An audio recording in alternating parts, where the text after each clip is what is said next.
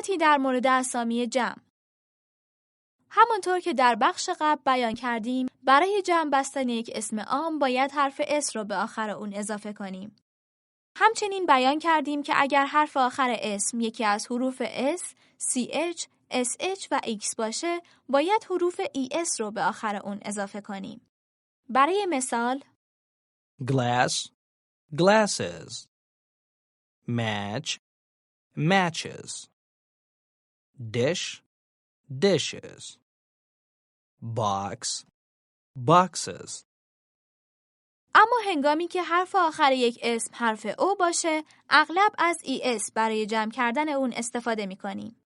برای مثال tomato, tomatoes.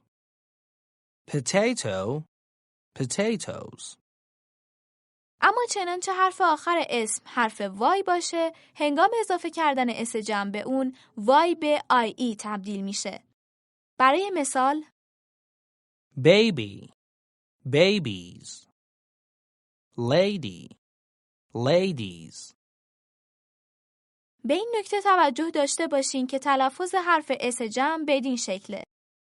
چنانچه حرف آخر یک اسم یکی از حروف P، F، K یا T باشه، اس جمع اضافه شده صدای س خواهد داد و در غیر این صورت به شکل ز تلفظ خواهد شد.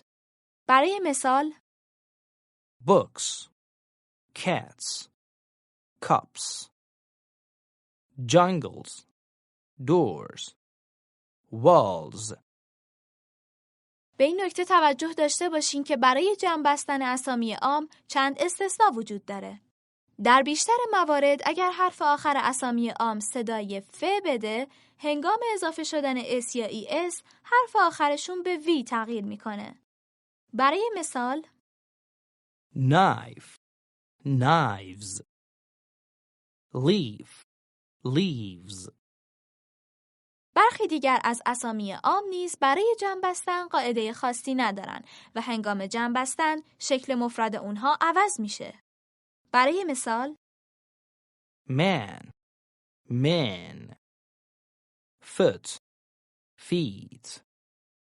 Child, children.